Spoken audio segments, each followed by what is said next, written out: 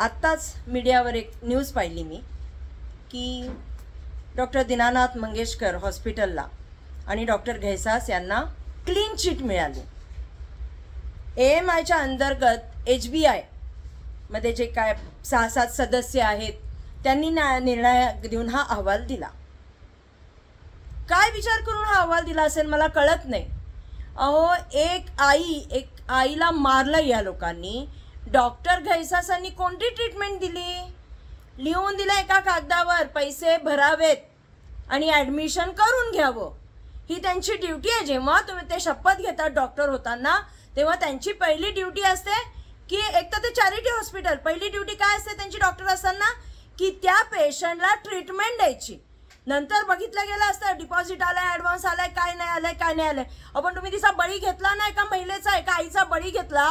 2 मुलांना पोरकं केलं त्या डॉक्टरनी, त्या हॉस्पिटलनी, आणि चक्क क्लीन चिट, पोलीस सुरक्षा, 24 तास संरक्षण। काय म्हणजे एकाने मारल्यासारखं करायचं, एकाने रडल्यासारखं करायचं? किती दिशाभूल करता हो जनतेची। पुणेकरांना वेडं बनवायचा प्रयत्न चालू आहे का? 2 अहवाल आले आणि त्याच्यामध्ये पूर्णपणे त्यांना जबाबदार पकडलं गेलंय, दोषी पकडलं गेलंय। हा तिसरा अहवाल कसा मॅनेज केला गेलाय?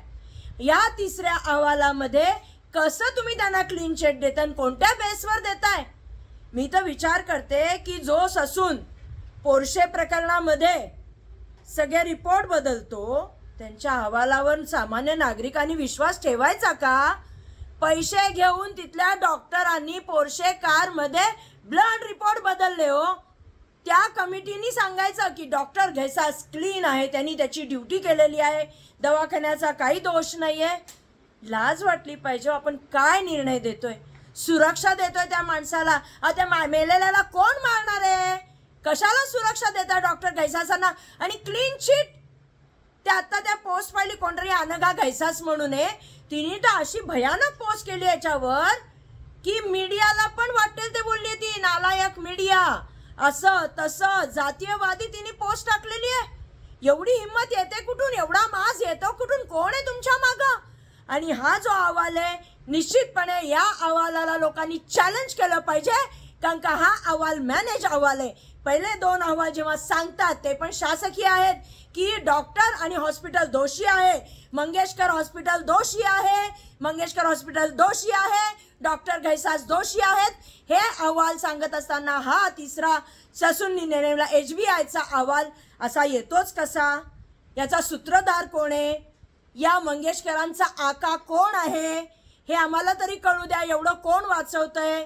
तिकडे एक खासदार त्यांच्या नावानी सारखी बोंबाबोंब चालली आहे, सारखी रडतीये टाहो फोडून की मंगेशकर हॉस्पिटलचा दोष नाही, घैसासांचा दोष नाही।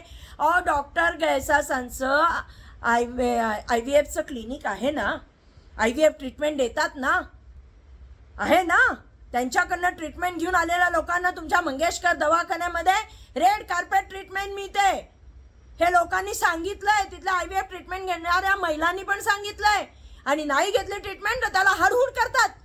आणि असं असतानाही HBI असा अहवाल देते की डॉक्टर घैसासांची काही चुकी नाहीये। एक आई मेली आहे, एक घर बिथरलंय, आणि त्यांच्यावरच तुम्ही आरोप करताय की नाही ते खोटं बोलतायत, नाही असं झालंच नाही, त्यांनी ट्रीटमेंट देत होते।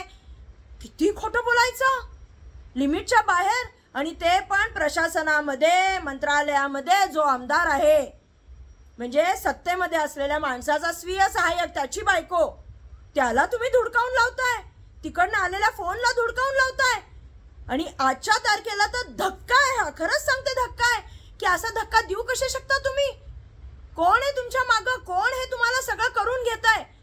निश्चितच मी स्वतः सांगते, आमचे विजय वडेट्टीवार जे बोलतात ना, खरंच बोलतात। ही सगळी चोट्टी गँग आहे आणि हे सगळं प्लॅन झालेलं आहे। जर 2 अहवाल तुम्हाला दोषी ठरवतात तर एक अहवाल पूर्ण अपोजिट येतो कसा? आणि ज्या ससूननी पोर्शे कारमध्ये पूर्ण ब्लड रिपोर्ट्स बदलले पैसे घेऊन, तिथल्या डॉक्टरांनी पैसे खाऊन ब्लड रिपोर्ट बदलले, एका नेत्याचं ऐकून ब्लड रिपोर्ट बदलले, असं असताना या केसेसमध्ये त्यांचीच कमिटी येते, मग थोडं तर मनामध्ये पाल चुकचुकते। आणि म्हणूनच म्हणते की हा अन्याय आहे। एकानी मारल्यासारखं करायचं, एकानी रडल्यासारखं करायचं. हे जे नाटक चाललेलं आहे दवाखान्याला वाचवायला आणि घैसासांना वाचवायला, हे जे नाटक चालले हे आमच्या पुणेकरांच्या जीवाशी खेळ आहे. यांची हिंमत वाढेल आणि ह्याच्या पुढे हे आणखीन सामान्य जनतेला त्रास देतील. चॅरिटी हॉस्पिटल आहेत, त्यांनी टॅक्स न भरण्यापासून वेगवेगळे गुन्हे केलेले आहेत. असं असतानाही तुम्ही त्यांना क्लीन चिट देताय, संरक्षण देताय. याचा अर्थ तुम्ही जनतेचे नाही आहात. तुम्ही जनतेचे नाही आहात. तुम्ही जनतेचं कधी भलं चिंतत नाही आहात. आणि ह्याचा विरोध आम्ही करणार, रस्त्यावर उतरून करणार आणि निश्चित करणार.